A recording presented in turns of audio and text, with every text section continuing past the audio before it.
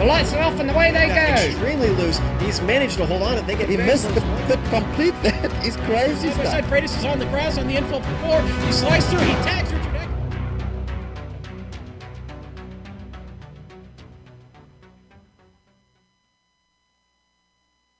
Italians are known for their passion. Not having a reputation for doing things halfway, it seems appropriate that the center of Italian racing has been nicknamed the Temple of Speed. Monza presents a unique set of challenges combining slow chicanes with frighteningly fast straights. With multi-class racing thrown into the mix, will the straightaways see ample opportunity to play nice, or will the slow chicanes cause chaos and turmoil between them? We'll find out soon as we get ready to watch Round 7 of the Autobahn Motorcar Group Sportscar Challenge, and you'll see it all live on the Global Sim Racing channel. Hi, I'm Joe Peak, and with me in the booth tonight is Soup and Sandwiches. Bill Soup Zahn covering the prototypes and GT1s, and Samuel Sandwiches Ryman covering the GT3s. Behind the scenes is our director Amjad Yaman, and he's using cameras provided by Dougie Beard. Sam, road racing fans hold this place in high esteem, especially being one of the oldest racetracks still in use. Tell us a little bit about Monza. Yeah, well, as you mentioned, Monza does have a very long history indeed. Of course, unfortunately, with it being so long, it hasn't always been good history, and so the track has undergone some modifications through the years, but it still features the long straights that have made it classic throughout its time. But we also have some chicanes out there which do offer some great overtaking opportunities and can throw the drivers a bit of a... The track today is 3.6 miles long with 11 turns, most of which are chicanes, and we will be racing for 60 minutes here tonight, so let's get you better acquainted with the track with our GSRC lap guide in the Aston Martin.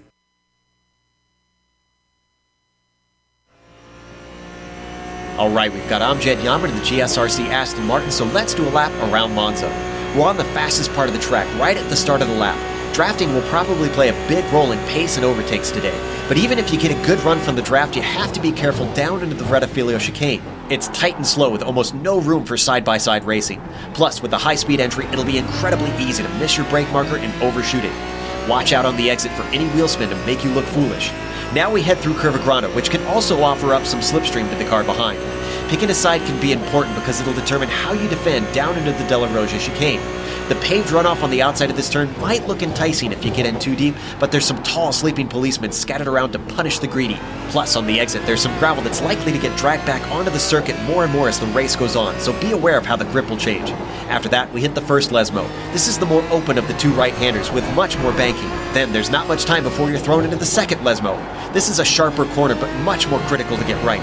You can use a fair bit of that AstroTurf to the outside, and you really want to because every little bit of speed out of this turn will pay off. It's wise to try and deny anyone the opportunity to overtake as we fly under the old oval. Now you set up for the breaking into Ascari.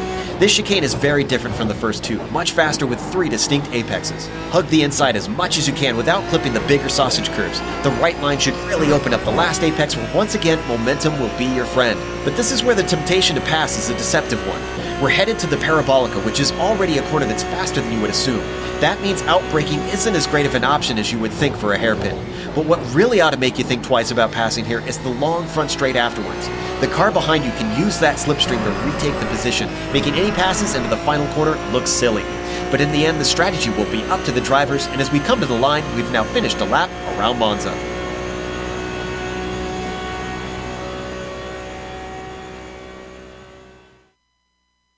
There's a very quick lap in the GSRC Aston Martin around here. Now, as has become tradition here on GSRC, when we cover Autobahn, we go to Bill Soup Zahn to bring us up to speed on the championship. Bill, is it a food metaphor, clothing? What's on store for us today? Now we're going to play it straight today, Joe. I want to see if I can get a better reputation for myself here. Now, Monza is the first leg of this 5-race European swing. It's also the first half.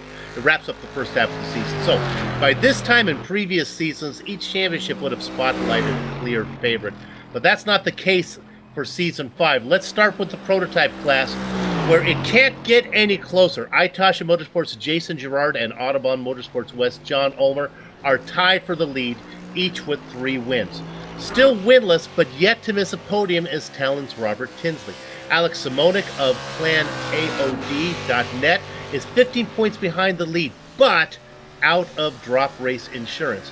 Daniel Gralti for SRN Motorsports climbs 2 spots to fill out the graphic. Now, in the GT1 class, newcomer Wojciech Sirnovic has 3 wins and has yet to miss a podium. Nevertheless, he has yet to shake the 2-time winner Paul Darling, just 7 points back in second.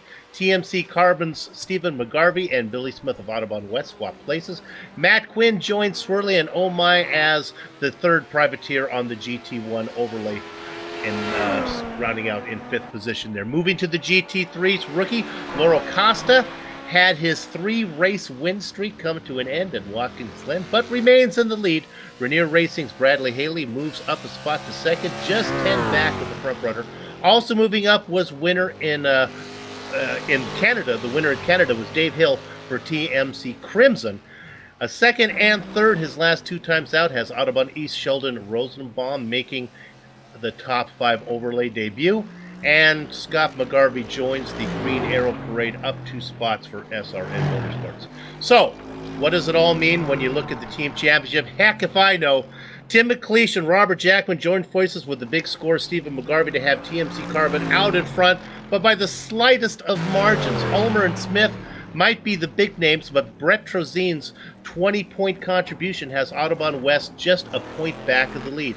But it doesn't stop there. Tied for 3rd, just 8 markers out, is SRN Motorsports and Talon Motorsports. And Itasha, who was once a front runner near the top of the chart, now rounds out the overlay.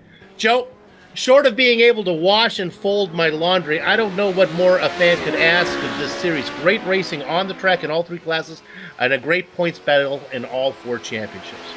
And really, this season has given us some absolute thrillers out there on track. So I agree with you. I've been enjoying covering this season. We enjoy covering every season, but this one in particular is setting the bar incredibly high. Now, Sam, there's obviously, you mentioned some places to pass, and there's, of course, some places that may catch a few drivers out. I get the sense on this track that they're one and the same. Yeah, absolutely, Drew, because every single turn here, it comes after a bit of a long straight, with the exception of these 2 right-handers, really, that Kevin Santana is going through right now. So there's plenty of room to try and make a move around this circuit, plenty of room to try and get the slipstream and make a pass. But as you mentioned, every single overtaking opportunity also comes with its dangers. The cars can get together, and also the low speed turns combined with the low downforce and the high speed straights. These cars can very easily snap around on the exit of a turn or on the entry of a turn if they've got too much rear brake dialed in. So we're going to keep our eyes on every single square inch of the circuit today here at Monza. I don't doubt that. The drivers were saying before the race that they expect a bit of a draft train to be starting in the classes, and that'll certainly keep things close throughout, keep the racing tight, and that, of course, means it'll be a little bit unpredictable. So as we let qualifying work its way through, we do want to give special mention to something here. A Texas Club member and a former Autobahn participant has fallen ill, and the organizers would like us to dedicate this race to Tony Lamberti, and obviously we wish him the best and hope that he returns to good health as soon as possible. We're thinking about you, and obviously all the drivers out here in Autobahn are sending their best wishes, prayers, and good thoughts your way. So we've got about 5 minutes left. I mentioned qualifying out there. If you're not familiar with the Autobahn series, they do have what they call a last chance qualifying. That's what's happening now. They have mixed classes out there out on track.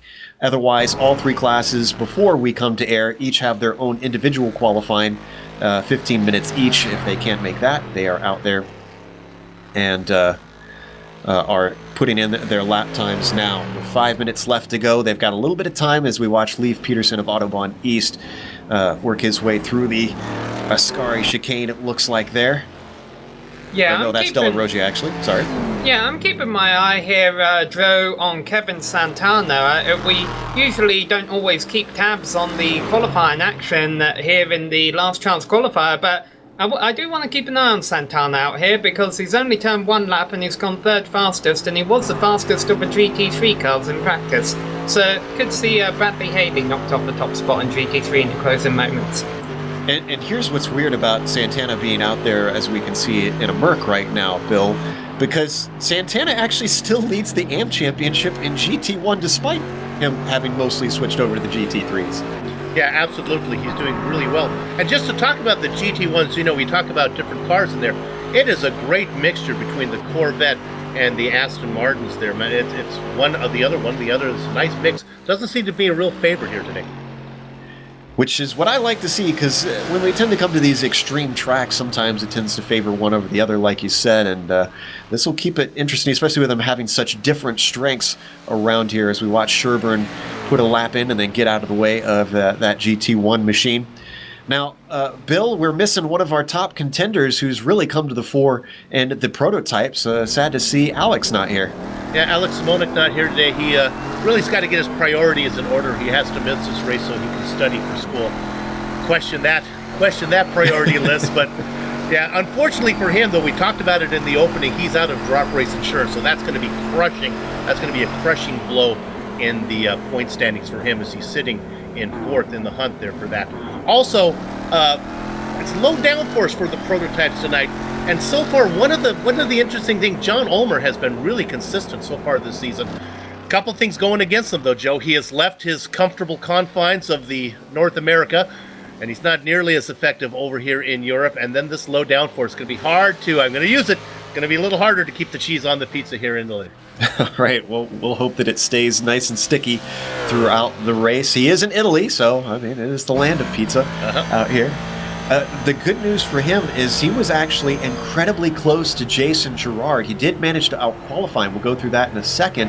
But even in practice, this wasn't just a one-off for Ulmer. He was only 7/1000ths behind Jason Girard. So he was second in practice and first here in qualifying. I don't think this is a fluke. I think John has really found something this season. And then a guy we're also familiar with, David Williams, coming over doing a little cross-pollination from the Pac Majors, coming to join us today. Good to see David Williams back here. Looking at the GT3s, the battle really has been down to Lauro Costa and Bradley Haley for quite a bit of this season. And I'll tell you what, Sam, Lauro Costa has been the pit stop master so far. Yes, he has, and not only are they the top two in points right now, they're also the top two in qualifying, unless Kevin Santana, the drive on screen, has anything to say about that. Now, if I recall, that wasn't the case earlier on in the season. I think Benjamin Hackerson and a couple other drivers were up there challenging Lauro Costa and Bradley Haley for supremacy, but those are the two who have emerged up top now. And as we come to this halfway point in the season, as Bill mentioned earlier, there's just 8 points separating them, so it'll be interesting to see how that title fight goes down throughout this second half of the year. And Bill, speaking of close stuff, have you looked at the timing for the GT1 pole? Because that really shook me when that finished up and I saw how that wound up. Billy Smith with a .352 ahead of Stephen McGarvey with a .359. So what is that? 7/1000ths of a second. Yeah. I think that's going to be a pretty good race up top there, especially if we see Billy Smith finally get in the run for a win. It's like we keep waiting and waiting for him to be able to take that pole, or not that pole, take that top spot at the podium here in the GT1 class. Yeah, I really got lucky when the assignments were handed out this season. I got stuck with GT1s because, man, this is really... Look at this, Smith, McGarvey, Schuster. It's all mixed up. You look at your points leaders down there. Darling sitting, about 7th in class, and Sheritovich down there about 5th fastest. So, yeah, it is a great class to cover. Sviatovic finally had his momentum interrupted as well last round at Watkins Glen. He got 3 on the trot and then couldn't manage to come out on top out in New York. And it looks like that really has taken away the rolling speed that he had managed to get together for a while, because, as you said, he is certainly not far up on the qualifying. But as we said, the draft can still keep guys in it. It looks like qualifying is over. So his drivers are... We got Sherburne, I think, just across the line before the checkered flag flew, so he might be able to move up here.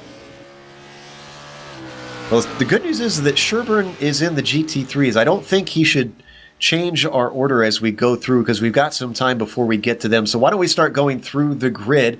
On your poll, it's going to be John Ulmer, very close between himself and Girard in the qualifying times, about 1/10 of a second, just over 1/10 of a second between them. Gerard on the outside of the front row. Robert Tinsey going to be starting in third. Unusual to see him not be able to find the speed. Dino Topic, despite some naysaying, has managed to qualify in fourth. He is not feeling comfortable in the car, though. I'm not sure if he's going to be able to hold up the race pace. David Williams will be starting in fifth, and then Ryan Bird will start this race in sixth position. Then you jump down to row 4. Sean Reese will be starting in 7th. Lionel Pratt will be behind him in 8th. A little bit of a small field for the prototypes today. Starting in 9th and rounding them out will be Tim McLeish, Bill. Then a champion a few seasons back when he was racing in the Cadillac. We're talking about Billy Smith II. He's sitting on the pole in the GT1s. He's going to be inside of the defending champion, Stephen McGarvey, who qualified 11th overall, second in class. Troy Schuster going to finish third in class there. He'll be starting. And then our points leader, Wojciech Svirodovich, qualifying in fourth. Veteran Brandon Postma behind him, Leif Peterson, Ryan Huff. Then you got to go way down before you get to Paul Darling, who is way down in this class, but don't count him out. Carter Kundinger, Clark Archer, Matt Owens, David Sockrider round out the field. Sam? Yeah, and then we get to GT3, which is complete now. Bradley Haley and Laura Costa, the 2 points leaders on the front row. Behind them, Kevin Santana was not able to improve in the LCQ from third place. Patrick Fleming lines up in fourth, and then we have one of our only 3 Ford GTs in the field with Dave Hill in fifth, ahead of Sheldon Rosenbaum. Jim McInnes, Armando Edwards, Robert Trackman and Miguel Meyer round out the top 10. Trackman also in the Ford GT. The third Ford GT was the driver we just saw on track, Christopher Sherburne. He did move up one spot at the end of qualifying there to 11th, just ahead of Sheldon Woloshin and David Tejeda rounding out the fields in Mercedes. Mark Wilson is in the prototype there, didn't qualify, and he is not in the server. So we've got just a 34-car field today. Slightly small compared to what we're used to seeing here in Autobahn, but I think they'll still stay busy out on track. All right, Bill, it's that time again. Who's looking hot today? Oh, it's got to be Robert Tinsey. It's way too long for him not to get a win, so let's go ahead and see if he can pick one up in Italy. Then we go down into the GT1s. Boy, it's hard to go. Let's give one to Billy Smith on the pole. Let's go with the pole sitter there. Sam, who do you like in your class? Don't know, it's always hard to pick between Lauro Costa and Bradley Haley, but since he's behind in points and I didn't give him luck last week by picking him, I will pick Bradley Haley this week because I picked Lauro Costa last time out and he won, so let's even up the battle a little bit here. However, I do want to keep an eye out on Kevin Santana there. He was fastest in practice, third fastest in qualifying. He is racing the Mercedes, as are the 2 cars in front of him, so it'll be interesting to see what he can do. And how about a shout out to Patrick Fleming in your class too, back after an illness. Good to see Patrick back with us. Absolutely. Glad to have him in the field once again. Interesting thought about you picking Haley. He is up by 3/10 compared to everyone behind him being within a 10th of each other. So Haley seems to have the legs. The question is, can he break the draft and get himself a little bit of room so that these guys don't hunt him down? We're waiting for the field to take off today. And Bill, you're always the betting man. So what's the over-under on how many cars are going to get involved in a pileup in turn 1? Oh, I think we're in good shape. I think of the prototypes, it's a small class. I think we're good. The over-under is a half. I think 0 is the under. I think we're going to be clean here, Joe. Interesting thoughts. As saw a little bit of movement there from Dino Topic as cars are getting started off, but they have no penalty, of course, for taking off a little bit early, starting just under the bridge that takes them to Ascari. The roof pace car is going to lead them around a couple corners instead of a full lap, and we're going to get racing here for 60 minutes in the Autobahn Motorcar Group Sportscar Challenge. If there is going to be a pileup, it's not going to come from my guys, the prototypes of the GT1. It's going to be Sam's guys who are going to blow it. I'd agree with that. Not even going to fight it. All right. Well, it's the biggest field, so more cars tends to make it more likely that you're going to have an accident out there. Here's hoping, crossing our fingers now and knocking on wood, that we get a clean start throughout the field. It's always tricky in that difficult and tight first chicane of Rettifilio for Monza. So as we watch the GT3 cars now working their way through that final chicane of Ascari, Roof Pace car is now pulling around Parabolica. Corner that might see plenty of passes set up right here to get that slingshot down the front straight so that they can overtake down into Rettifilio. Coming up to the pit entry, Roof Pace Car getting ready to let them go. Letting John Ulmer have control of the field. And he accelerates very early and gets going. In fact, he leaves Jason Girard quite a bit in the dust. Robert Tinsley is close up, and he's going to have a nose end down into the Rettifilio chicane. How aggressive is he going to be into this corner, knowing that maybe he could chase down John Ulmer? They're about dead even down into there, but he's got the first apex, and that's going to allow him through into second place. Let's go to GT1.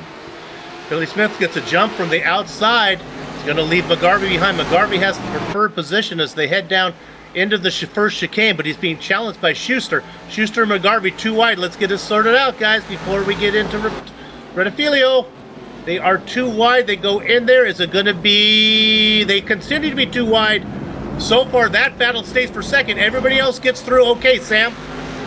Yeah, Bradley Haley leading the GT3 class as Alon. I thought he had the undesired outside lane. However, he got a nice jump on the start, so Lauro Costa is not going to be close enough to challenge him. Lauro Costa holding off Kevin Santana for second place, but this is the biggest field. We want to make sure all these guys can get through this first chicane okay. And right now they're clean up front, but I believe there's a bit of action in GT1. Patrick Fleming, that was him, was off course. And is John Ulmer and Robert Tinsley been involved in something? I'm not sure, but they're very close together.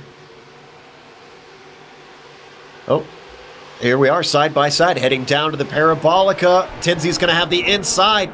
Could we already be seeing Tinsley making a run for the lead here in this 60-minute race? It's early on, but he's being aggressive, trying to take it away from John Ulmer, still side by side, and yet they haven't dropped back to Jason Girard, who, despite taking the pole, is not able to keep up with our leaders.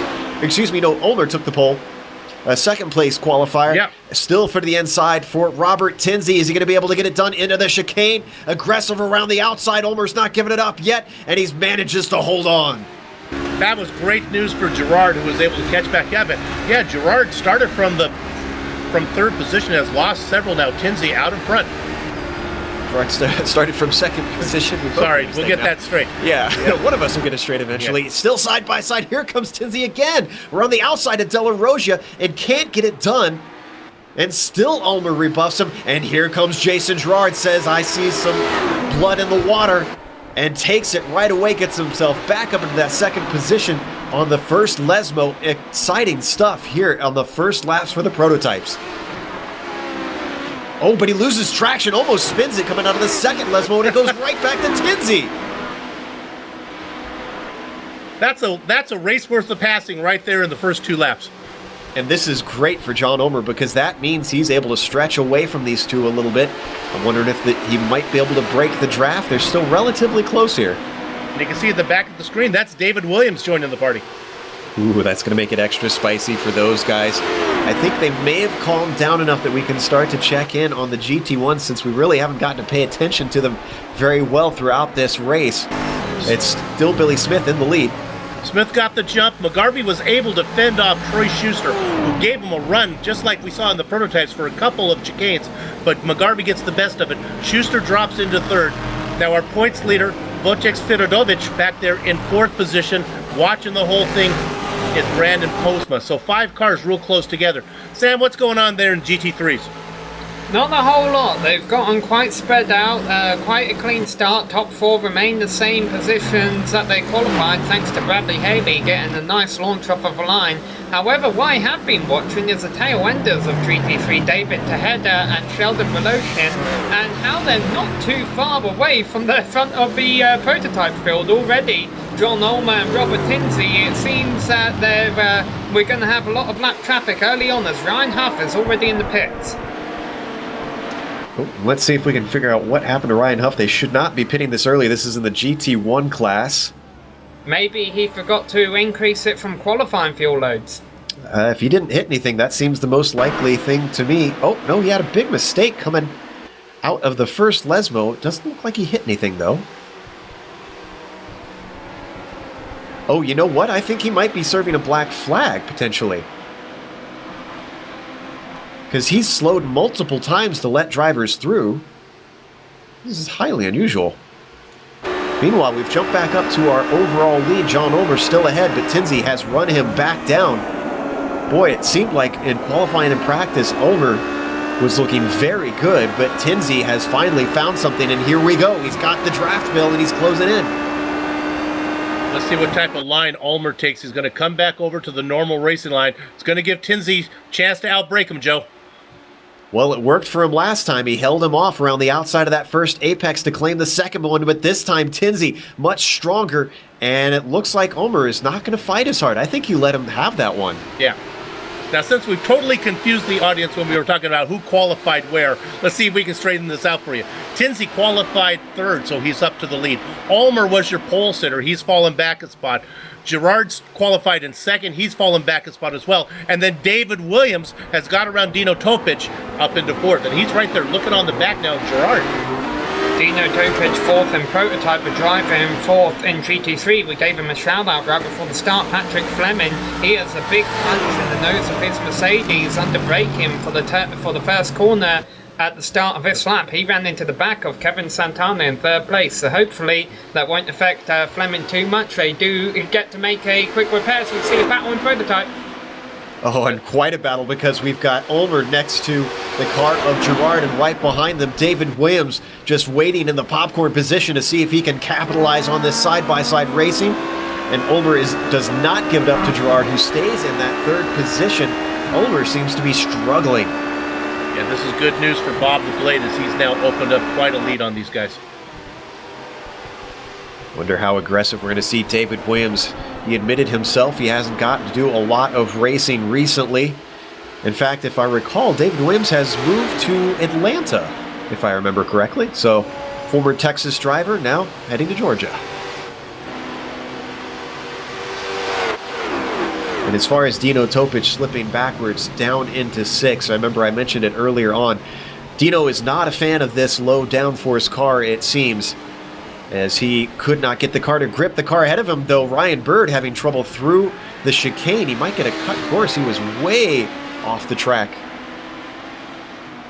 See if we can get a replay of this incident.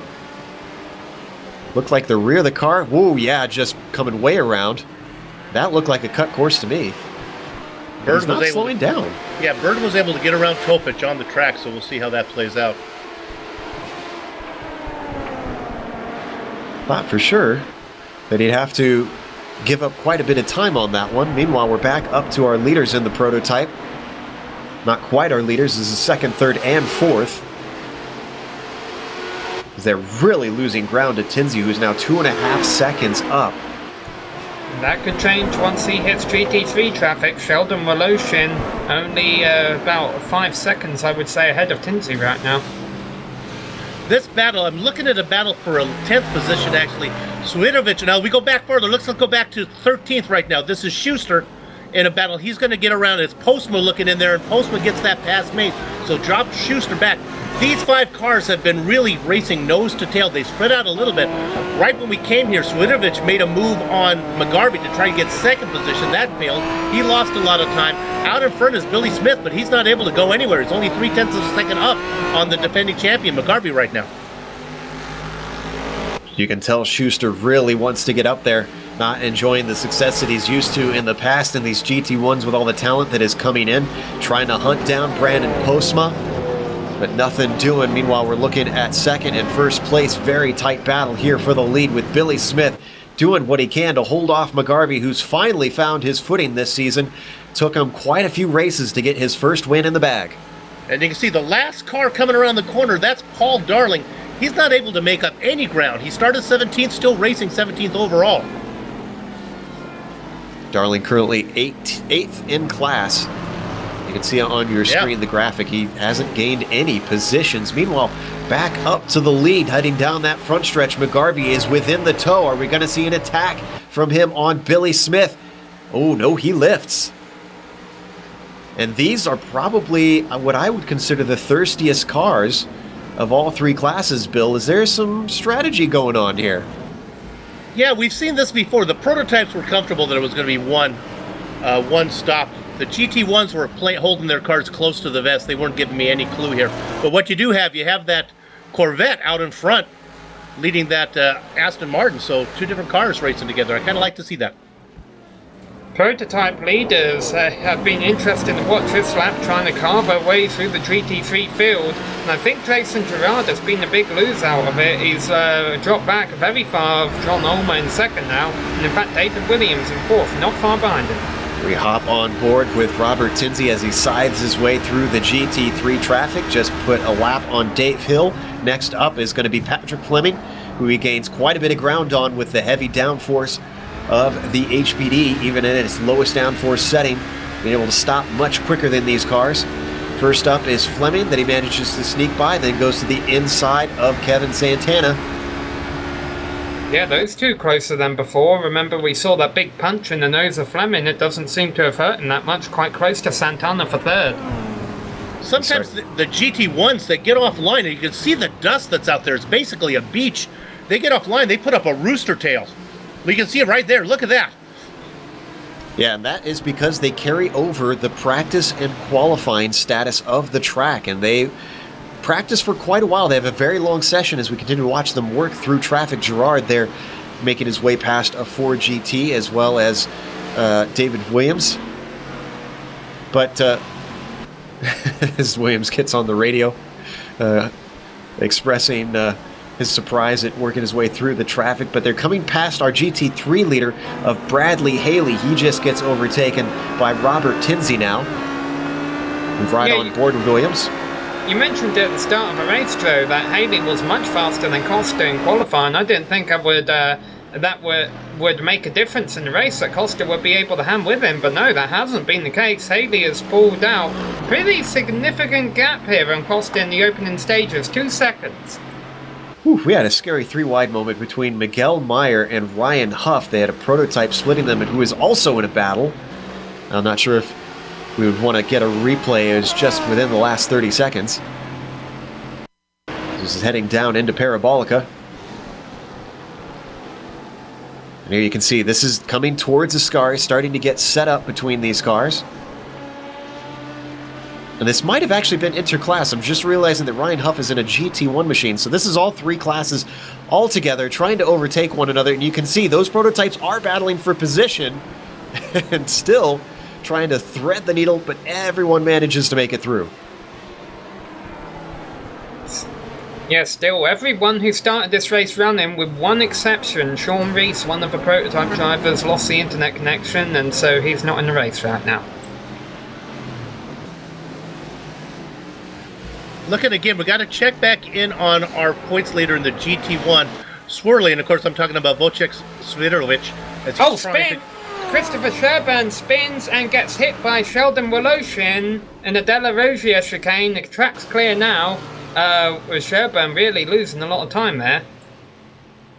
When it looks like that started when Sherburn outbraked himself. You're going to see here the rear starts to come around. He clips one of those sleeping policemen. Ooh, that was just horrible timing there for the orange machine of Sheldon Woloshin, unfortunately. Good news was there was nobody behind them, so nobody else got into this one. There was plenty of time for everyone to get wound up. Oh, and Sheldon got some significant damage. You do not want to mess up the aero on a track like this. Fleming is in the sand coming through Parabolica.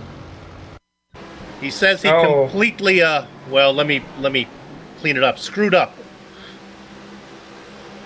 And Santana says he thinks he needs an underwear change. Look at this. Look at that. Just glances him. Wonder if we could get an onboard of Santana. That's the second time we've seen Fleming almost take out Santana this race. He got away with it the first time. And watch this. Nothing in front of him, nothing in front of him. Great awareness from Santana because he didn't go to the apex. Watch this. Just holds and there he goes. Woo! Wow. So, thankfully for Santana, he lives to fight another day, and this moves him up to the podium. So, Santana, I wonder if we're going to wind up with a situation where we see Santana leading the AM Championship in 2 different classes. I wonder if they have any sort of rules for that. He never really lost a spot, Joe. He was running in third to begin with, then lost it for about, I don't know, half a second or so. Oh, that's true. Yeah, I didn't think about that. We got to go to 9th position. I got a battle here, but they're so well behaved it doesn't get a lot of attention. But they're running nose to tail, the first 5 cars. Smith, McGarvey, Svedovich, Postma, and then Schuster right in there as well. They've been nose to tail from the very beginning. When they get to these chicanes, they really, the accordion effect is so obvious. Watch this. Here we get into this one here. You can see them all bunch up, and then the bellows stretch out again. Schuster probably the only one that's really not as close as the others. Everybody else seems to be within about less than half a second. And Schuster now finally starts to close in, so I guess maybe that was just a temporary thing. As these top GT1 drivers, I really do have a suspicion, Bill, that this is a pit strategy thing that we're seeing among these guys. I couldn't agree more. It's way too conservative. I think they're just going to go in, hit their mark that they're looking for, get to the lap that they want, and then see what happens in the second half of the race. Here's the problem, though. If they make it to that halfway and they can only just make it halfway using this draft, that means they need to do it for the second half as well. Well, then I would say it's not good for Billy Smith because he's the guy doing most of the work. This is true. At what point does Billy Smith look at his fuel gauge and go, uh-oh? As we watch them work their way around Parabolica, still in line. Smith leading, McGarvey second, Svedovich in third, Postma fourth, and Schuster in fifth. Got a similar train going on in GT3, which was almost broken up when Dave Hill spun out of the Della Rosa chicane this lap. But Dave Hill, all these drivers were beneficiaries of Patrick Fleming's incident. Hill is now 4th in class, Jim McInnes moves up to 5th, and Robert Jackman and Sheldon Rosenbaum have also been a part of this train. They've dropped back a bit now, but I think Dave Hill might be holding up the cars behind him a little bit, but they just don't seem to be in a hurry to pass him. Yeah, McInnes currently trying to hound the position out of that Blue Jays Ford GT. Canadian doing quite fine at the moment. Him not quite within striking distance, holding it just about 3/10 behind Dave Hill as they work their way towards Parabolica, now into the braking of this 180-degree bend. Closes in just a little bit. Let's see what he can get on the launch off the corner.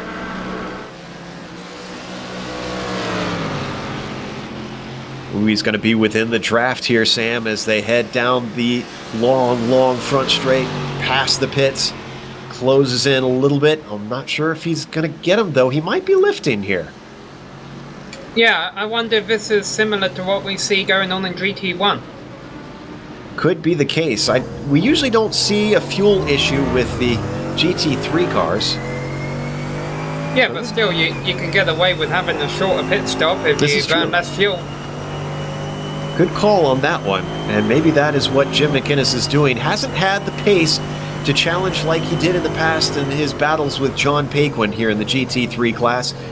Certainly hasn't seen the front of the field as much. I think we have... Oh, no, it's Sherburne. I apologize. They're going around the lap car. I thought we had a pass here in the GT1s. Sherburne just getting out of the way. Just to follow up on what Sam said, and Joe, you touched... Oh, my goodness. Look at that. That's Sherburne in the mix there. Right in the middle. That's what we call Hornet's Nest. Now he gets out of the way. He let 3 of the cars go by, and then he got to the chicane, and they had 2 more to go. Joe, we talked about how close it was, 3-1 or 7 1,000ths of a second what it was between Smith and McGarvey. You know, they're pretty evenly matched. That's going to be a hard pass to make on track. Do it in the pit lane if you can. Absolutely, and I want to give credit to all the drivers involved in that coming through that first chicane. Everybody stayed pretty cool, it seems, and they all got single file. Unfortunately, it has split up Postma from Svedovich quite a bit. You could still run him back down, so it's starting to become a 3-car train and a 2-car duo behind them. If I could steal to go to 14th position right now, this is Leif Peterson being challenged by Paul Darling. Remember, Darling sits second in the points. I think he's looking to make a little move here coming into the Ascari. They go side by side, and he's going to get it done. That's a pass for position. So, move Darling up into 6th place on the charts. It's unusual to see Darling this far down. Usually has had quite a bit of pace here in the GT1 class. So I'm not sure if maybe he just doesn't like this track or what's going on. Qualifying he's not really been strong this season qualifying. Now he's about 2.5 seconds behind Schuster. We'll have to keep an eye on him, see if he can work his way through the field. Up at the top, despite having some great, close, exciting racing in the prototypes for the first couple laps, well, they've all split apart. Robert Tinsley has got 3 seconds over John Ulmer, despite Ulmer having the pole over about 2/10 over Tinsley. And then Gerard has slipped back about 2 seconds behind John Ulmer, and then David Williams as well, losing quite a bit of touch, 5 seconds behind our podium. Yeah, Bird then running out 5th, and then Dino Topic in 6th. I've been looking for a battle. There really isn't one in any of the prototypes. We've got a slow prototype. Sean Reese, is he just letting them lap him? Yeah, or? he's coming out of a pit, Joe. He lost the connection a little while ago, so he's multiple laps down now. Oh, but that one put car David off track. Williams off track. I'm not sure what happened here with David Williams. Is this driver error, maybe? Oh, I think it is. He gets by this lap car. He should be fine here, unless he thought he was still on the other side of him. Yeah, he goes to the apex, so you know that he's clear. That was weird. Could be hardware related, we're thinking possibly. He does run on a rift. Maybe it got loose on his face. I mean, it's possible. Okay, I'll buy that. The car just did not turn left. Well, he manages to keep going. He doesn't lose a position. He stays in 4th place. So good news for Williams. Even though he's now 7 seconds behind our podium, he's able to keep going. And as we've seen in the past, trouble can arise for any of these cars at any point. All he has to do is keep it on track and keep pushing forward as he overtakes the cars of Clark Archer and David Sockrider now. Let's go back to that Hill-McInnes battle and see if anything has been happening over there. Still about 3/10 between them, so I think you're right, Sam. I think this is another fuel strategy call. Yeah, it really is. It's not beating a whole lot. We got to go to the prototype. Go to the GT1's the leader. Sorry, Sam. Just happened. It was Billy Smith trying to go around Woloshyn, and they get together, and the train almost comes off, almost derails. In fact, they all got into each other. Let's see if we can find a replay on this one. You will see the accordion effect, nose to tail, bumper to tailpipe here. Watch it. That's Woloshyn out in front. Yeah, coming up here, you're going to see it on the replay. It's almost comical. Just look at this. Bang, bang, bang, bang. Into each other. Unreal. Well, I mean, the good thing for everyone, I guess, is, Bill, is they all got the front end damage instead of just one of them. I think they did. I think maybe Postma might have missed it. I know that the Schuster got out of it. Yeah. That's why you don't tailgate on the interstate, kids. That's it. All right, great call by Brandon Postma, who's now in 2nd place, and Sviatovic in 3rd. As Schuster is in 4th, Billy Smith holds on to the lead. McGarvey coming out the worst of it. He is all the way down into, is this 6th position I'm seeing? Yeah, I think Darling has got it. Darling is coming up on these guys now. Darling's only 7/10 of a second back. Oh, and P2 for the prototypes under threat as Jason Girard gets his way around Ulmer. I did not expect this, Bill. Ulmer kept saying that he's not good at the European tracks, but he qualified so well. Ulmer made a mistake. You know, the gap was large. You can see Ulmer get loose for that to happen. Good thing is he kept the cheese on the pizza, so, but it cost him a position. Yeah, the gap between Ulmer and Girard was so quick that Girard really gobbled that up fast. Well, they managed to work their way through traffic heading into the first chicane, and now Girard's going to use a little bit more GT1 traffic of Billy Smith to separate himself from his rival of John Ulmer. And when I say rival, definitely his main rival here in the points. Remember, these two are tied on points, only decided their position in the championship based on results so far. And Sam, traffic, that's what happens in the prototypes. It's a big gap, but they come up behind some of your GT3 guys, and the prototypes can lose seconds. Yeah, now coming up behind the GT3 guys for the second time this race now. They're all about to put them a second lap down.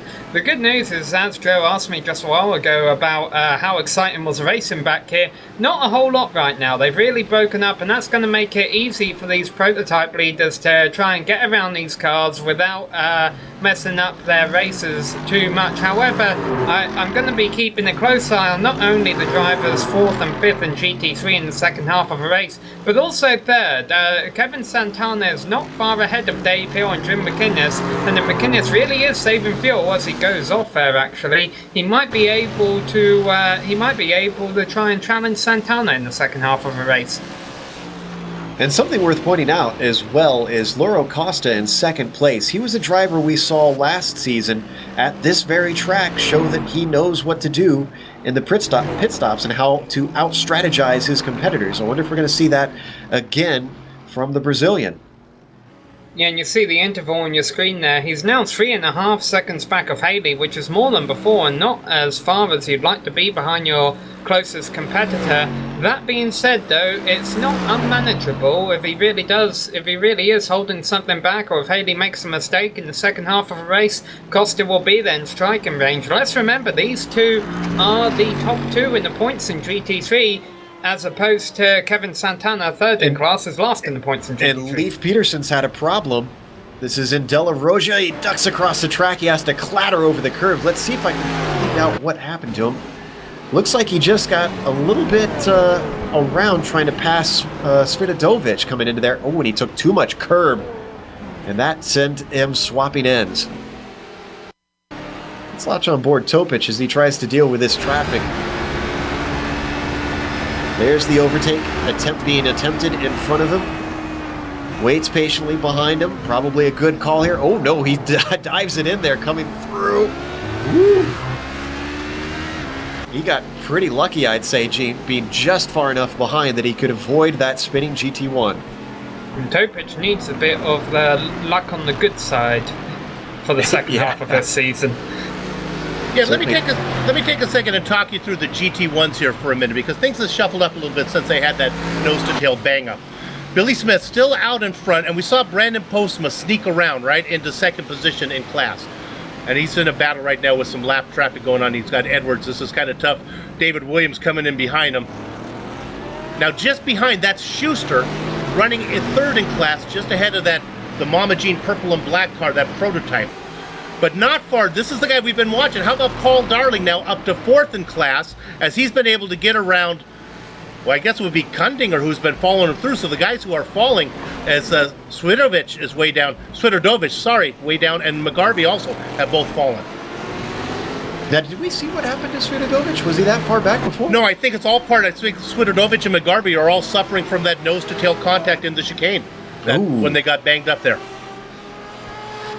Unfortunate to see, but this does tighten things up in the championship if Sviatovic can't recover. Now, they do have a spare car, Bill, so if he could recover in the second half, which is coming up soon, we're almost at the halfway marker, he could still get back in this thing. Oh, absolutely. He's not that far out of it. But what's interesting is we talked about Paul Darling sitting back there, and now he's worked his way up 4th in class and ahead of his main competition, Vucek. Darling making this burn from the stern, almost traditional here now. As you mentioned, having trouble qualifying this season, but his race pace has been good, managing to avoid trouble. You talk about that clock there, Drew. That, of course, means we're probably going to see pit stops starting any moment now. Wouldn't be too surprised if they're very close to the middle. Here they come, Ryan Bird. And Billy Smith. All right, so our leader in the GT1 electing to come in for his stop. There's Bird in the prototypes, a little bit farther down in his class.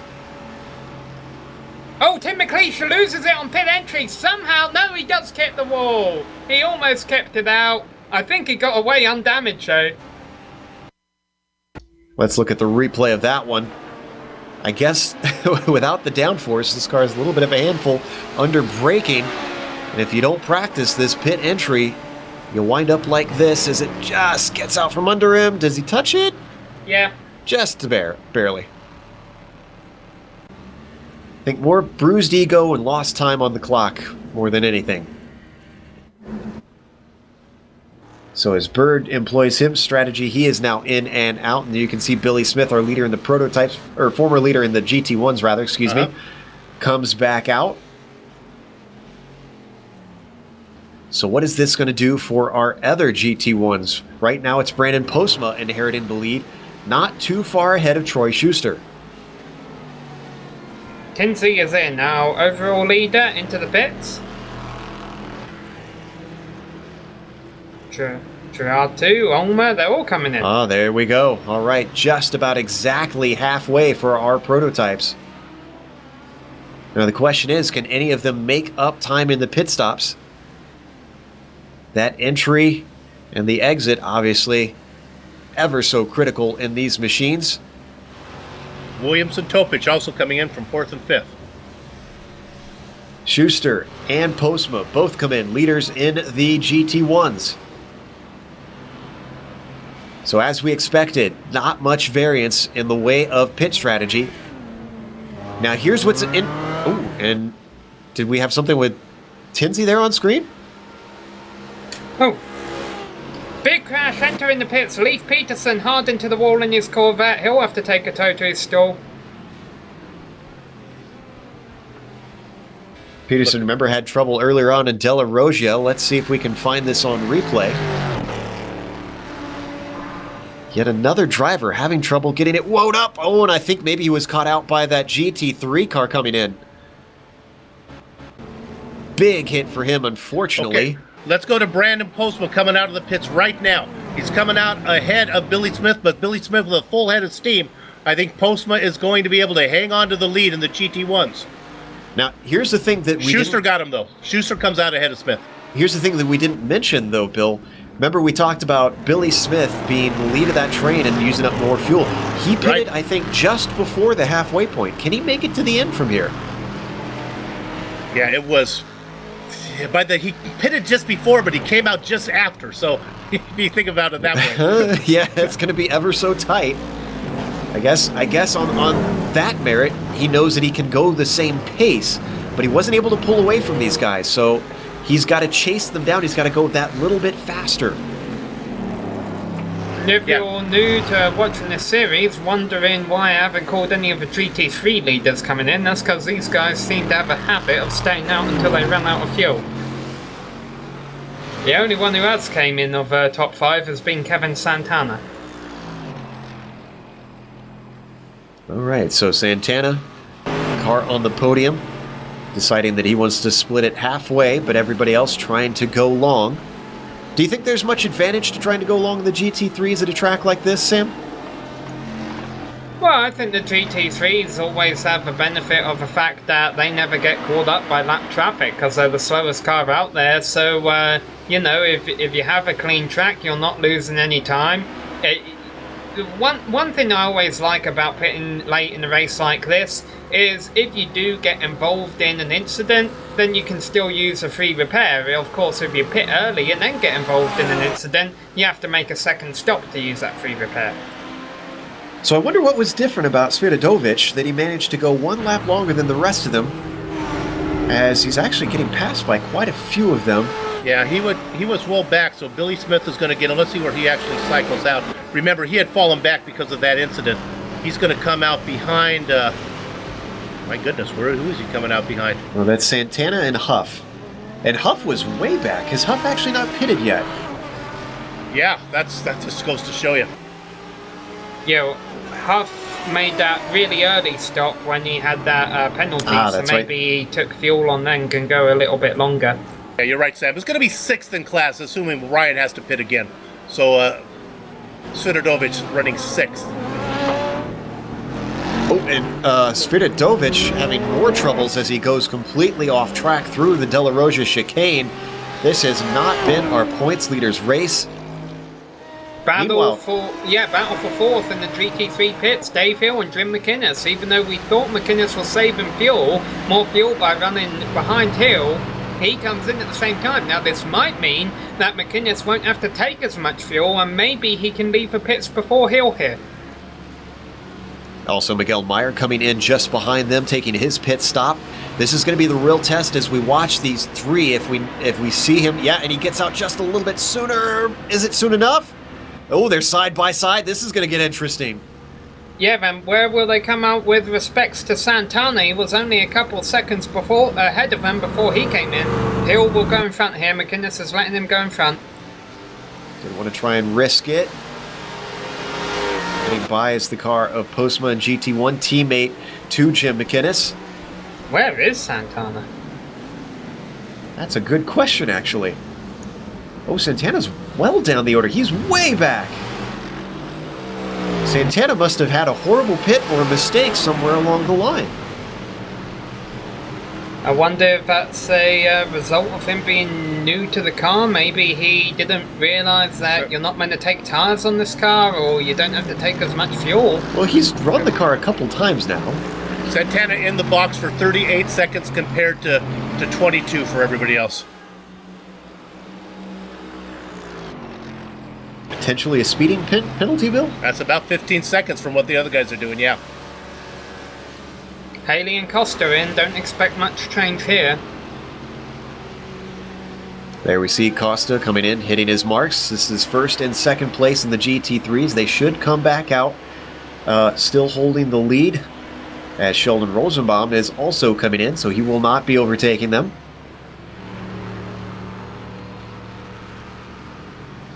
I think this is the farthest we're going to be able to see our GT3s go.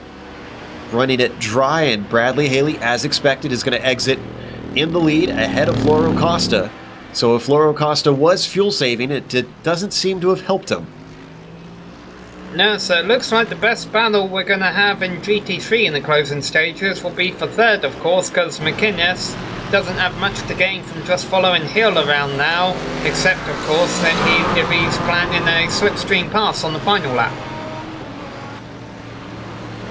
And I believe Hill should be our highest Ford GT out there.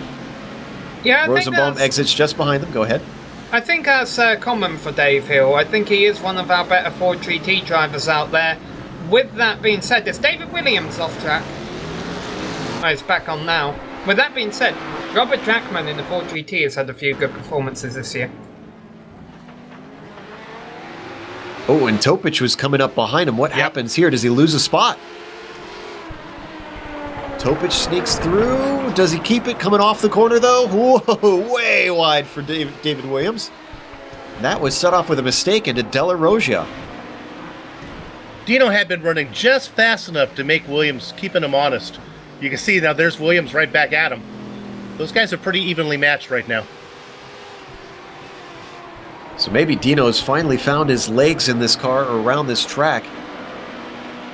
He didn't like the way it felt when the track rubbered in, and that was what was giving him the most trouble out there. Maybe it's coming back to him as the track continues to evolve. In fact, it's pretty decent conditions out there today. We haven't really talked about the weather. 83 degrees air temperature, 91 on track. So a decent day out in the Italian countryside.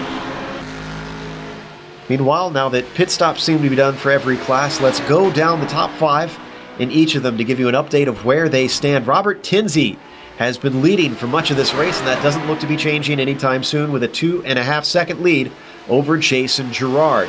This will be Tinsley's first win if he can bring it home. John Ulmer, the cheese is on the pizza, but it's just not looking very hot and tasty right now as he's running in third. Dino Topic, currently running in fourth, has recently taken that away from David Williams, who rounds out our top 5, Bill.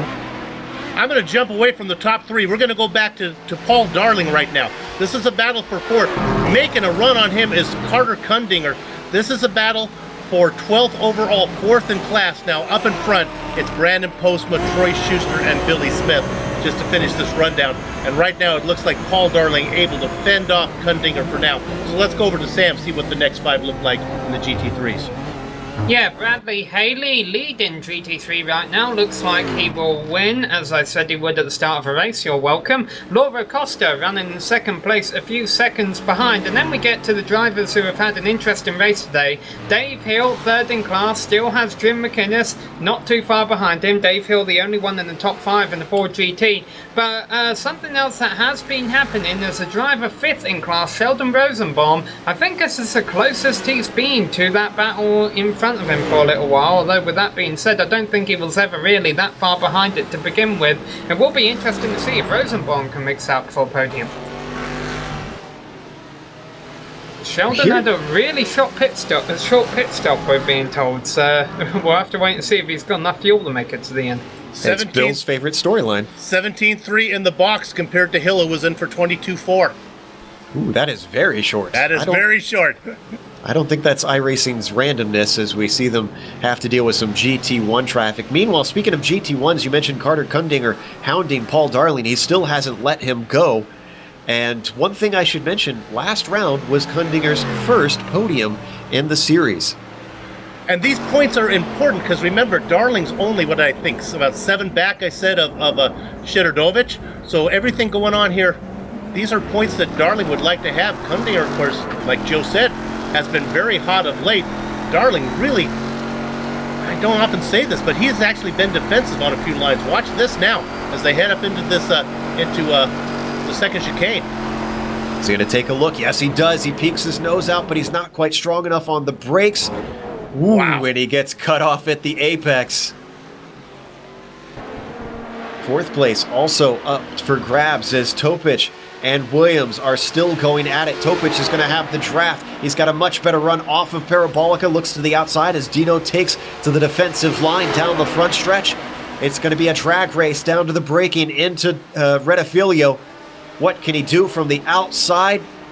And he looks much more confident on that racing line, but he's got to hold onto it. He's going to have the apex for the second half, and they're still side by side coming off the corner. What a great chicane. Man, that's what chicanes are all about. I never thought I'd hear you say what a great chicane. Oh, but this one is good. This one is fun to watch. Oh, and Williams is not giving up quite yet, holding on to the tail of Dino Topic, closes in under braking. I think Williams is feeling a lot more confident on the binders. Look at how close he's getting to the rear wing of that Mama Jean Racing prototype. He looks to the inside, down to the first Lesmo, but decides not to risk it. Into the second Lesmo they go. If he can get a run off the corner, and he does look like he's got it, he's going to have the draft. This is a decent stretch down to Ascari. Once again, we see a defensive line from Dino Topic. Going to force him around the outside. Can he finally get it done? He's been threatening. He's a lot more timid on the brakes this time, but Dino Topic has trouble keeping it on the track, just manages to make that second apex. Now down towards the Parabolica, they're coming up to more traffic. That's going to be Ryan Huff that they're going to have to overtake. Dino still going defensive, feeling very much under threat this whole lap around. Almost gets into the side of David Williams. How is this traffic going to play out? Is he going to work as a pick? And it looks like they're going to be able to get clear of him coming off the corner. Let's stay on this battle as it's still heating up, but Gerard is closing in on Tinsey. Down to the outside once again. Thought that maybe he could do it last time. Did he learn his lesson? He backs off. Doesn't take it side by side through the corner. So finally, it looks like Dino Topic has been able to rebuff David Williams. It took him a lap and a half, but he did it. I love the fact that these two are actually up in our GSRC TeamSpeak lobby right now. I don't know if they're saying anything to each other.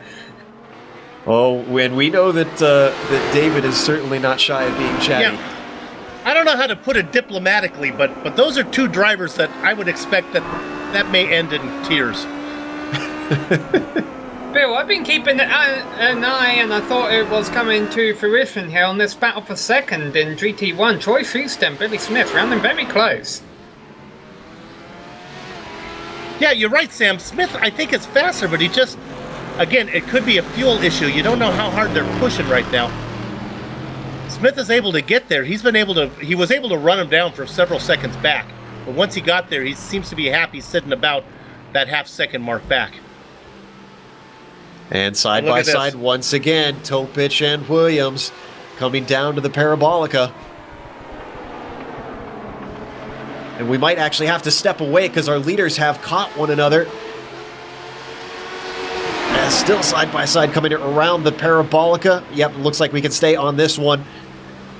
Down into the first chicane once again, but there was contact. Let's stay on this. There was contact between Gerard and Tinsey because of traffic coming to the first chicane. Wow!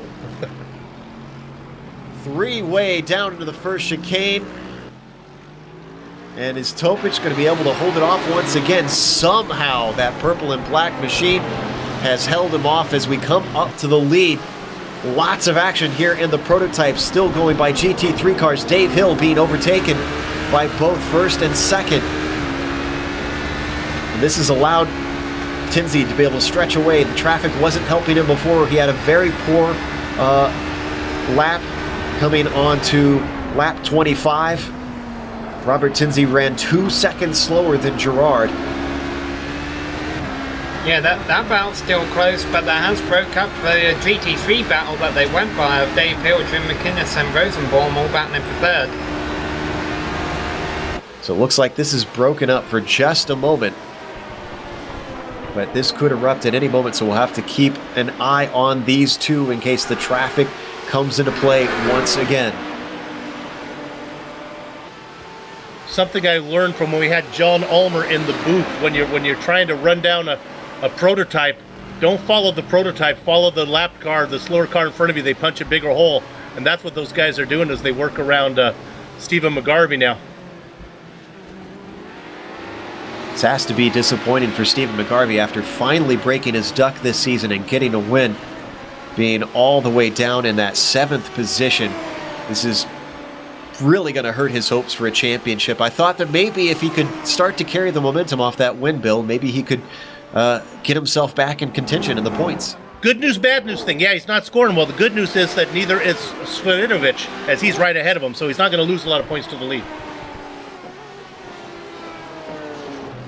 There behind him, that was the car of John Ulmer, who's holding down the podium.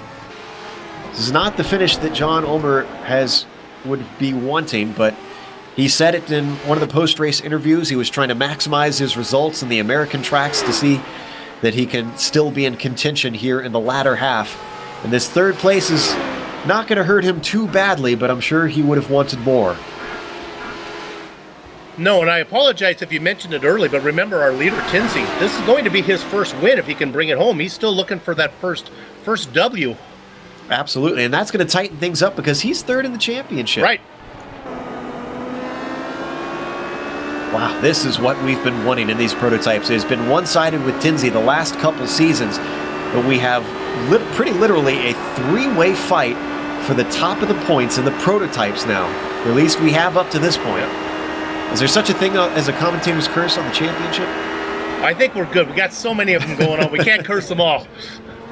Love that camera shot there as we just got away from that low off the bottom of the car.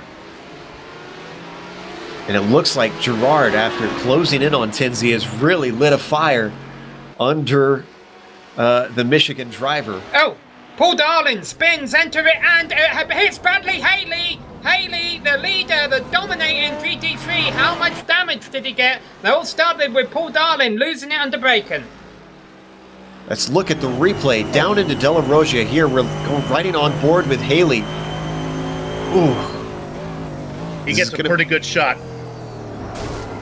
He does. The big question, if he just hit the door, Haley's going to be okay. If he hit one of the wheels, though, that's what's going to kill Haley. Right now, Haley is back on course, 4 seconds ahead of Costa.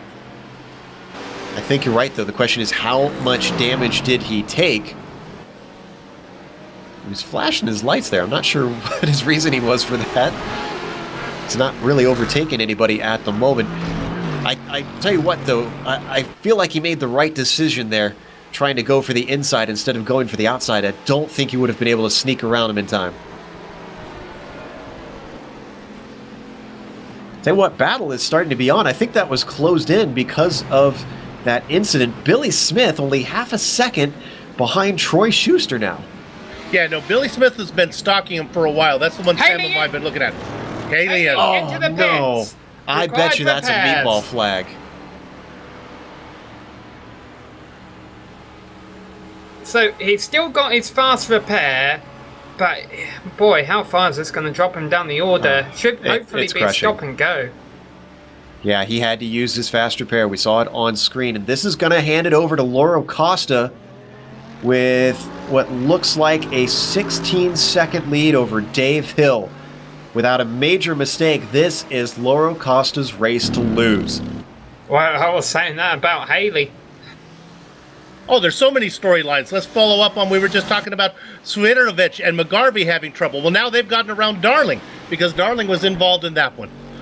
But Haley comes back out on track, 6th in course, behind Robert Drachman, who moves up in the top 5 for the first time today. So now we have 2 Ford GTs in the top 5. Robert Drachman and Dave Hill running in 2nd. So that battle between Jim McInnes and Sheldon Rosenbaum is now for 3rd. Bill, I don't know, can I take credit for this one? Because I was thinking to myself that this was an uneventful Autobahn race. Man, this has been something else. Let me run down your top 5 in the GT1s real quick, because it's shaken up a little bit. Postma still out in front, and then Joe was talking about Schuster and Smith. Well, Smith continues to stalk Schuster. That's a battle for 2nd. Kundinger now has made his way up around all those guys. Swiatovich has worked his way up, remember, from around these guys. He's now in 5th. Darling falls back behind him. And then McGarvey. Oh, let me change that. It's Swirly actually has got around Kundinger. Swirly now running 4th overall. Kundinger in 5th.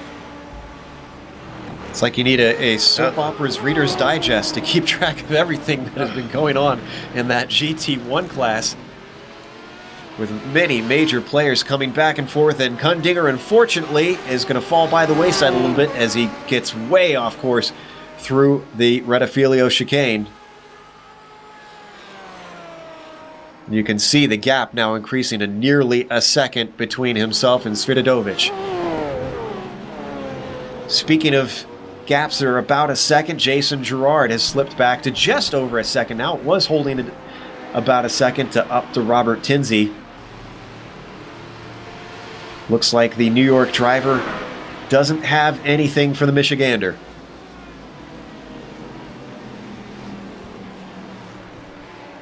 And with only 8 minutes left to go on the clock, he's going to have to hustle or hope for a bit of traffic to swing his way to try and take another win and deny Robert Tinsley his first of the season. The good news is it's 6 seconds back to John Ulmer. So John Ulmer's not in contention for this one at the moment.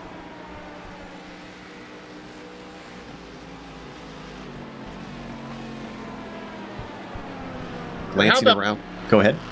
This poor Brandon Postma, he's been leading the GT1s here. We haven't given him a lot of attention. Having a great race. Yeah, how about Brandon? Did not expect that, especially early on. Started in 14th position overall, which I believe is 6th overall. Is that correct? Brandon Postma has gained a lot of positions, if I'm understanding correctly. 4 positions up from the start.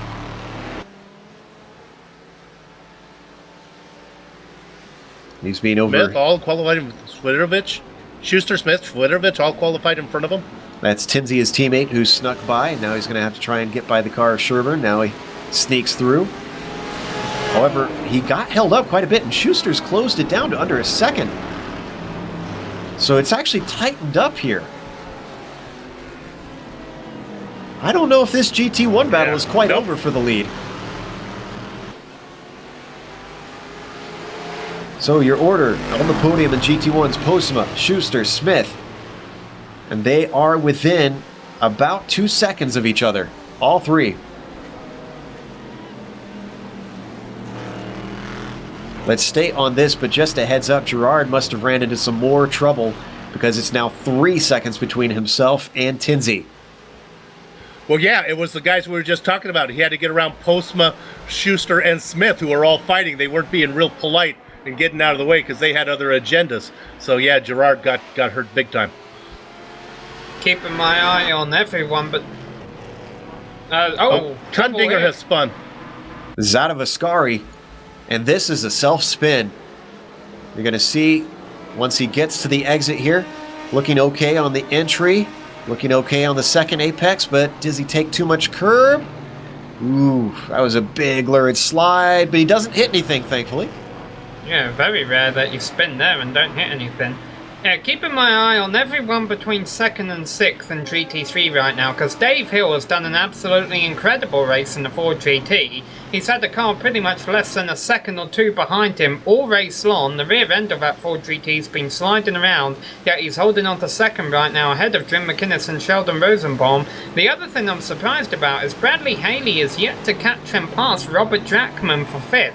I think Haley could potentially have a 4th place here. I expected him to just dispose of Jackman when he got out of the pits. And also, of course, we're going to keep an eye, see if Rosenbaum has enough fuel to get to the end.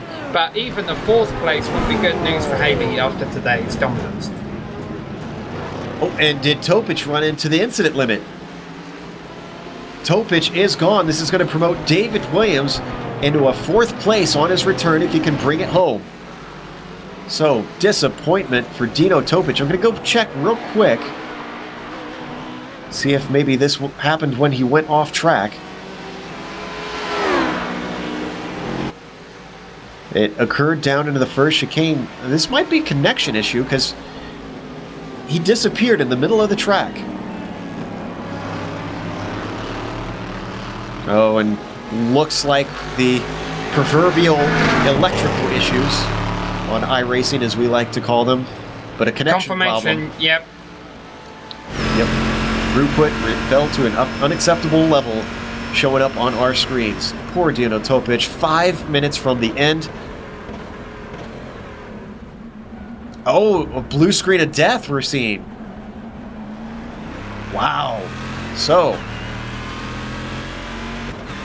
just not the day for Dino Topic. I think he might be skipping Monza next season. He has expressed disdain for this course. He actually told me, Bill, he's bought it twice. He bought it, didn't like it so much, he got a refund from iRacing, and then he needed the points one season, so he bought it again and raced it. I didn't know that was actually doable. Apparently so. Okay. Well, that was good news. His bad news was good news for Postma and Schuster and Smith, because he was right behind them. He was going to have to go through them right now. Williams has already done that, but Postma now is with just over 3 minutes to go. He's in a battle. Here they come, Schuster and Smith, 1, 2, 3. Also, when Kundinger had problems, that moves McGarvey and Swidervich and Darling all up a spot. Yeah, and Paul Darling just lost a couple of spots, I think. I think he had a big off again in the De La Rochia chicane. So whatever he gets, he gives back. Yeah, that De La Rochia seems to be the bane of an existence, and it was once again the first apex taking too much curb that threw him off. Let's look at the replay. See if we got it right. Yeah, here we go. Just gets a little greedy on that entry. You can see the car actually rise up on the left side on the replay, just how much he took. And the Corvette did not like that. 2 minutes to go on the clock. Robert Tinsley is still your overall leader. He's got 2 seconds to Gerard. That is not insurmountable. Oh! He almost gets taken off track by Miguel Meyer. Contact made. And while that was going on, there was a pass in the GT1s that Schuster has got around Postma right at that very time. All right, we're watching the pass. This was down into the first chicane. Out of the first chicane, actually. A great run off the corner. And then now we'll look at Tinsley. Yeah. And for Tinsley, oh, this is going to be a little bit down the line here. This comes out of the De La Rochia chicane. This is normal traffic. I was just about to say that if traffic, and we just heard Sheldon Rosenbaum say didn't take enough fuel. But yeah, you can see here, just starts to drift across. I think he was trying to let him through and didn't realize he was already beside him. White flag out. A great battle for 5th going on in GT3 on the front straight right now. Bradley Haley and Robert Drachman battling for that 5th spot. Haley gonna win on the brakes, maybe? Yes. So Haley moving up into the top 5. Go ahead. Yeah, and Tinsley's right behind him. If Tinsley gets behind him, that'll be the final lap for those guys. Definitely disappointment for Bradley Haley, who is fighting for that championship lead and the GT3 points. Well, Robert Tinsley had to fight his way to the front. He had to fight his way through traffic. He's dealt with it well. He's proven why he's called Bob the Blade. It's not been his season. He's got half a lap to go. He's got more traffic yet to try and get by. Still 2 seconds between himself and Girard. This is not done. Now he's going to get Bradley Haley. Haley's Comet going to have one less orbit left to do. We got to go to the GT1s real quick. Sorry to interrupt. Postma is making a move, trying to get around Schuster. Not going to happen. Manages to rebuff him through the De La Roja chicane. I'm keeping an eye on our leader. Don't worry, I'll call it out when we get close to the end here as they come through the first Lesmo. The problem here about Tinsley lapping Haley, Joe, for Haley, is that even if Rosenbaum does run out of fuel, Rosenbaum will still get 4th in GT3. Oh, that's got to be disappointing. Oh, that might... No, it isn't. Rosenbaum is running out right now. And actually, Tinsley is coming to the line. Tinsley is going to be your winner in the prototypes today here at Monza. And Rosenbaum just sneaks to the line ahead of Bradley Haley. Meanwhile, where is our next leader? It'll be GT1. Looks like it's Schuster heading down into Parabolica right now. You got a little bit of room on Postma. I think if he has enough fuel, Postma dives it in as deep as he can. He dives it in. Can he get a corner exit, though? Yeah, that's going to be the important thing if he wants to get it done. And nope, he was way too deep on there. You can see he's going very wide. Troy Schuster weaves it across the line in victory as he wins in the GT1s.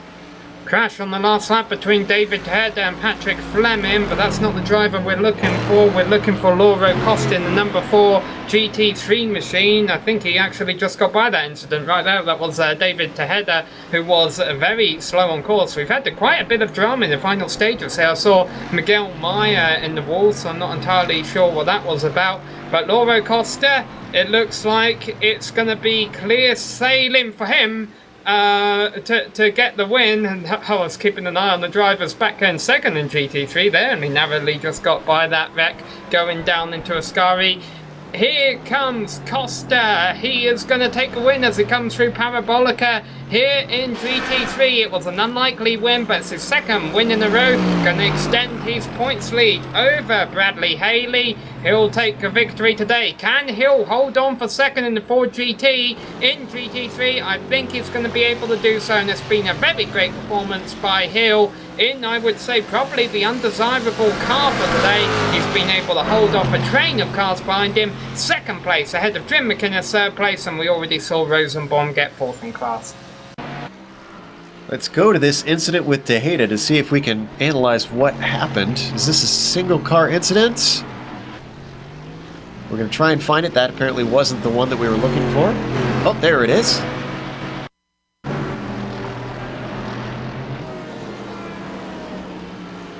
Patrick Fleming was the other car involved in this. He's got a prototype behind him. Oh, did he blow his engine? It looked like he blew his engine. I saw a puff of smoke behind him, and then he just dove across the track. Let's ride on board and see if we can hear if that's what happened.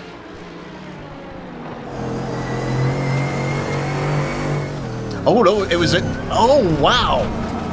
Couldn't even see that from our angle before. Is that Paul Darling having an incident that he was trying to avoid? Wow, this is one that we really have to pull apart.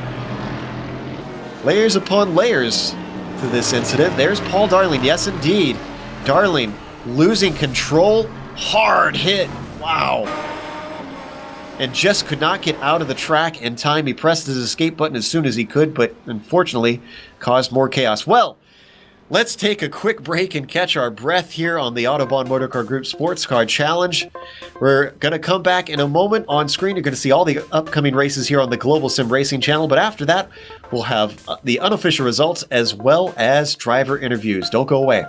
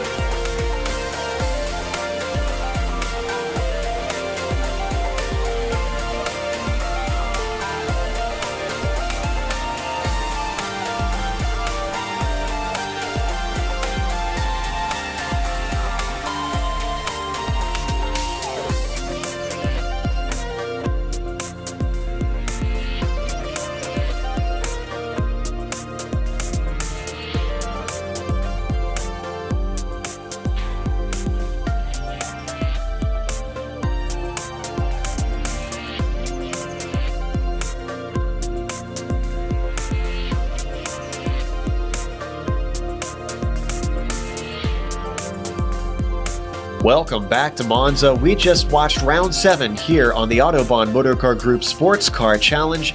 It took him much longer than we're used to, but Robert Tinsey took his first win of the season here in the prototypes, rebuffed Jason Gerard, who gave a challenge, but Robert, we heard him talking after the race and said that he was slowing up a little bit to try and save himself so that he wasn't pushing too hard and had to pick it back up when he saw Jason caught him. John Ulmer did get a podium, so he's not out of this hunt yet. David Williams came home in 4th, a good return for the Marine. Ryan Bird rounds out your top 5 in the prototypes with Lionel Duprat in 6th, and Tim McLeish in a relatively small prototype field today comes home in 7th. Bill? Then you get down into the GT1s, and my goodness, there was so much action, it's hard to keep track of. Troy Schuster was able to get around Brandon Postma to get the win in his Corvette. Postma, Aston Martin finishes just ahead of another Aston Martin of Wojciech Sirovic.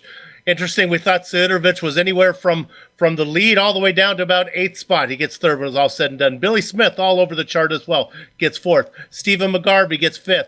Carter Kundinger and David Sockreiter after that. Where did Paul Darling? Well, after that last lap crash, he's going to finish well down the list there in order of all the cars. 1, 2, 3, 4, 5, 6, 7th, 8th, and about 9th in class. Ryan Huff, Leif Peterson, Matt Owen, and then Clark Archer round out the GT1. Sam? Yeah, Saul Clark was having some internet connection issues in the closing stages there, but now we get to the GT3 field. Lauro Costa takes the win. It's a Ford GT, second on the podium, Dave Hill, and then he's in the Mercedes sandwich with Jim McInnes there, third in class. Dino Topic, a prototype who lost the internet connection. We had the blue screen of death. Sheldon Rosenbaum, fourth in class, had enough fuel to get to the end. Bradley Haley, fifth in class, not going to be happy about that. Robert Drachman, the second Ford GT, sixth in GT3, ahead of Kevin Santana and Armando Edwards. Christopher Sherburne, the last Ford GT here, and Sheldon Roloshin rounding out the top 10, I believe that is in GT3, with David Tedder, Miguel Meyer, Patrick Fleming, Sean Rees, and Mark Wilson was a DNS there, rounding out the field. I tell you what, for all the chaos we saw there at the end, Joe, quite a lot of cars still running at the end. Yeah, I guess it's a case sort of like F1 where cars just get classified at the end for us. But let's go to our winner overall, Robert Tinsey, and talk to him about his race. I'm not sure if he's around. He might be off celebrating because I see that his mic is muted. Let's see if we can get Robert. Yeah, here we go. We've got him in and mic'd up. Now, Robert, congratulations. First win of the season. Didn't expect you to take this long. Yeah, me neither. Thanks a lot. I really appreciate it. Yeah, I was actually just making sure my mic was working. I was doing the little test, because it's been so long. So I had to make sure it still worked. Well, it's good to see you back up on the top of the podium. We always hear John Ulmer say that he's not as strong here on the European tracks, but he qualified well. Were you surprised to see you catch and overtake him despite him taking the pole? Yeah, it was surprising. He's definitely don't let him fool you. With how he's been lately, he's driving unbelievable. So, but I wasn't really expecting it. I knew the only reason I was really out and ahead of him is he ran into trouble. I was like, he must have damage or he's saving fuel, which made me even more nervous. So, it wasn't as earned as I would like, but I'll take it. Well, and speaking of being nervous, tell us about that the final 5 minutes, that incident you experienced with the lap car. Did your race flash before your eyes? It sure did. I literally pooped myself, I think, a little bit. I guess he didn't see me going next to him on the right there, but what can you do? I was like, no, not again. It certainly would have surprised us if you would have had that thrown away because you looked dominant throughout the race.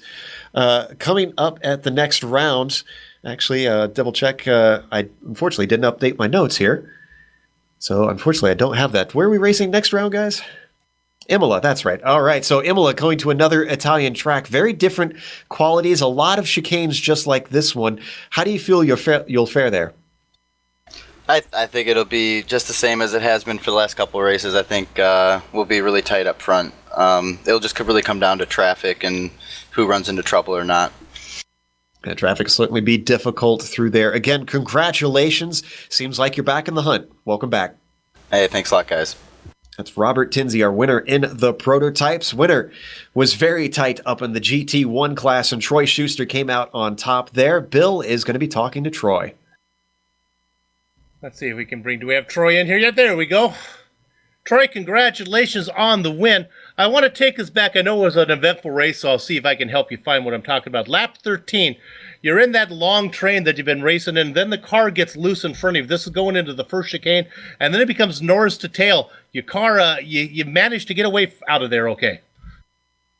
Yeah, that was kind of like, kind of the saving grace, actually, because otherwise I don't know that I would have had the pace to get it back. I got an early black flag in the first chicane in that same section. Had to give up a couple positions. So yeah, that was a blessing in disguise. Yeah, to be last, and I think you were the caboose of the train, so everything opened up and allowed you to get through there. So let's talk about it. After the pit stop, you got Postma in front of you. Did you think you had a chance to run him down? I thought so. He had really good race pace. He didn't seem to have the qualifying pace, just the hot lap pace, but his race pace was surprisingly fast, and I didn't seem to have the speed. So yeah, it was tough to catch him. Got lucky in traffic here and there, and just managed to close the gap. And then the exact same thing happened to him. He unfortunately got a black flag in the first chicane, and I was able to get it back. So. Yeah, I was talking to the GT1 guys, and you guys were tough on the commentators here. You weren't letting out any secrets out. clue me in on the fuel situation. Was it an easy fuel, or did you have to work hard to get to that halfway mark? Did you have to save? What was going on? In the beginning, no, it wasn't bad. Starting P3 for me, it was easy. I just kind of hung back, saved a little fuel, lift coast, and no big deal. But after I got out behind Brandon, I didn't have any draft. There was no traffic really. I used a lot of fuel on the second stint, and I only got the white flag leaving Parabolica, which is the last final corner coming up to the start finish. And I was thankful because I only had one lap remaining. So yeah, it was very tight. Well, congratulations. I know you have wins before in here. You've won before. It has been a long time since you got one. First one of the season, I think, for you, right? Yep. And it's been a while. It's pretty good to win again. It's nice. Yeah, it is. Good to see. The competition lately has been bar none, so it's been hard to win. Well, congratulations. Good to see you back on the tallest podium, and good luck the rest of the way. I appreciate it, man. Thanks, guys. Troy Schuster, Joe, our winner today. And another winner that we have waiting in the wings to talk to is our GT3 winner, Lauro Costa. Sam is going to talk to him about what is probably going to feel like a bit of a lucky win. Yeah, Lauro, it was a bit of a lucky win, but at the end of the day, you ran pretty much an absolutely flawless race, and you were there when it counted. So congrats on the win, buddy. Thank you. I was accepting second place by the time things started to happen in the race. It was really calm race for me. I was doing my best to follow Bradley, but he seemed to be just faster. I'm not sure if I was not fast enough or if it was him that found extra pace this track, but I was doing my best and he was just gaining time a little bit every lap, so I was just accepting second place and being there just in case something happens, and it did. So nice to win the race. At the start of the race, Haley really got a good jump on you at the start. If that hadn't happened, did you think that by having that inside line, you could have tried to challenge him into the first corner? No, the plan was not to try anything on the first lap because, this chicane at Monza is just a place where you can end your race. So the plan was just to get in line and see what happens later. But I just thought I wanted to be inside that 1 second gap so I could have slipstream. And I did that for 1 or 2 laps. I was inside that limit and I had a slipstream. So I was trying to work my way to get closer and try to make an overtake on lap 3 or 4, but then he was just too fast and I never had the chance. So you extend your points lead over Haley, as well as over the driver third in the points, Dave Hill, who finished second today. Are you keeping an eye on both of those guys? Because we've really seen Dave Hill having some strong performances recently. I was not really expecting to be competitive in the point standings, but since I'm here, I'm just gonna try to race smart for the rest of the races and not have any bad result. Like today, second place was not great, but actually was not that bad because at least I was in front of David. So yeah, I'm gonna keep a close look on these guys and just try to match their pace because I'm not having the pace to fight for the win is not fun. So I just hope for next race to have a little bit more pace and fight for that win without counting on luck. Now, Lauro, I'm going to go a bit off topic here. Today marks 23 years since the passing of Ayrton Senna. You being from Brazil, did you ever have a chance of getting Senna race, or what does he mean to you? Well, he's a hero for our country. He was not just an awesome driver, but also an awesome person. He did a lot to help like poor children and other things in the country. So he was outside the track also a great person and just someone that wanted to make good things for other people. I know there's some people think he was too aggressive on track. I don't know, it was his style, and that's what made him known for all around the world. So yeah, I think it's really special to remember him. 23 years is a long time. I was really young when he died, and I remember I was in front of the TV when it happened. It's like a memory that never goes away. So sad we lost him early. I wish we could have watched him racing a lot more years, but unfortunately it didn't happen. So I'm sure a lot of people miss him. Yeah, absolutely. We echo those sentiments there, Lauro. But I mean, at the end of the day, the good news out of it is the tragedy has made racing a lot safer in Formula One, in other motorsports at racetracks all across the world. We're going to be going to the Imola circuit, the next race here. So we wish you the best of luck there and hope to see you again in Victory Lane. Thanks, guys. See you next week. All right, that was Lauro Costa, our winner in the GT3s. We've got one more driver that we can ask a couple quick questions of. He was second place in GT1 today. It's Brandon Postma. And I tell you what, this was a surprise to me when I looked at the stats because we're so used to seeing Brandon fighting up at the front. Brandon, this was your first podium of the season. Oh, Brandon, we've got your light on, but we can't hear you. As we'll try and get Brandon mic'd up as gets his microphone stuff sorted out. I can hear what he's saying. It's coming through my headphones. He's saying that Troy Schuster is a dirty racer. I didn't like that. And then Ceritovich, I'm going to get him next time. All right. No, that's not true. Brandon, can we try it one more time for you? Unfortunately, it looks like his mic is not coming through. We might have to abandon this one as we're still not hearing Brandon come through here. We'll give it one more shot. Brandon, can you give us a little shout? Looks like it's not going to work out. Well, anyways, sorry that we couldn't talk to you, Brandon. Congratulations on the podium. It was a hard-fought race, and good to see you up towards the top again. Brandon Postma, our second-place finisher here in the GT1s today. In the meantime, we're going to close up shop. Of course, we want to give a thank you to the Autobahn Motorcar Group, the official sponsor of the Autobahn Motorcar Group Sports Car Challenge. Of course, a big thank you to John Ulmer, who is the organizer of this league, and a thanks to the companies that provide the software and hardware for our broadcast. You can see those listed on your screen. Additional thanks to Eric Ekholm and Casey Lalonde, who provide the music for our broadcast. Their contacts can be found listed on the screen as well. Thanks to the team today, Bill, Sam, Amjad, and Dougie. If you'd like to find out more about GSRC, including upcoming races, you can find it at globalsimracingchannel.com, or you can check out our social media on Twitter at GSR Channel, or Facebook at /Global Sim Racing Channel. Next race, as we mentioned, that's going to be Imola. That'll be Monday, May 15th at 9:15 p.m. Eastern. We also have upcoming races for other series listed on the screen, so check those out and mark them down on your calendar. However, until next time, race clean, race hard, and we'll see you on the track.